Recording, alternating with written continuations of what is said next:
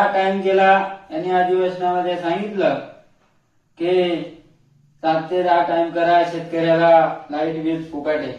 मला एकच सांगायचं आहे की लाईट गेली तरी 7 ते 10 वाजेपर्यंत लाईटाची शेतकरी काही बोलत नाही. कधी इचुकाट येतो, भीती वाटते आणि अंधारामध्ये कुठेतरी स्वयंपाक करावा लागतो. लाईट जाते. लाईट नसल्यामुळं शेतकऱ्याला कुठेतरी अडचण येते. शेतकरी कधी बोलतो का हो? नाही बोलत. मग शेतकऱ्याला लाईट कशाला पाहिजे? शेतकऱ्याला लाईट फुकट आहे. शेतकरी बिलं भरतो का नाही भरत?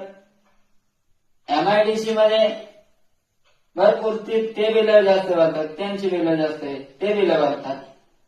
आणि 7 ते 10 टायमिंग केला हा जरा चुकीचा टायमिंग आहे.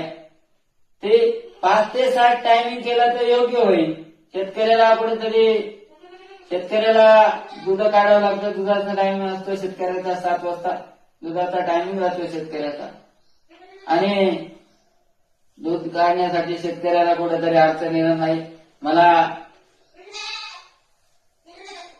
मुख्यमंत्री साहेबांना एकच विनंती करतो, तुम्ही अधिकाऱ्यांशी बोला आणि 7 ते 10 टायमिंग आहे तो त्यावेळेला लाईट राहू द्या आणि अधिकाऱ्यांशी बोलून हा लाईटीचा प्रश्न कायमचा कुठेतरी सॉल्व्ह करावा असं मला वाटतं.